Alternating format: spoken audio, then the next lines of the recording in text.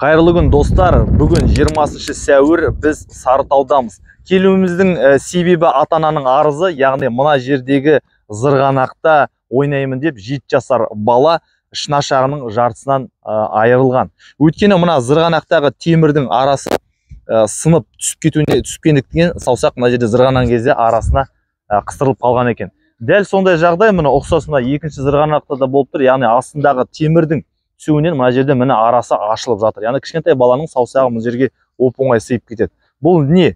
Ол мына тауардың, яғни ойын аттракциондарының сапасыздығынан ба, әлде бұл жерде үлкен балалардың жас сәйкес келмейтін жасөспірімдердің ойнауынан ба?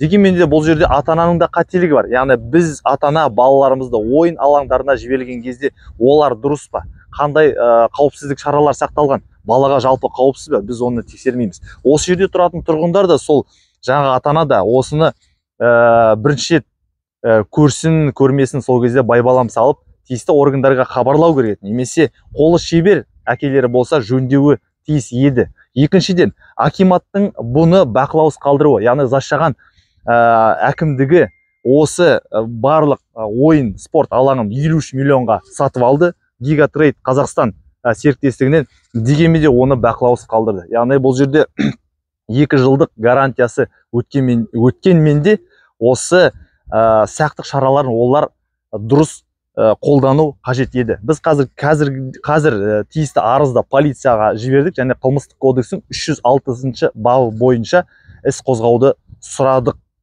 Және де өзіңізге белгілі, ең өкініштісі, былтыр ғана облысымызда 4 бала осындай жазатайым оқиғаға ұшырап, 3-еуі саусағынан айырылса, 1-еуі футбол ойнаймын деп мерт болған болатын.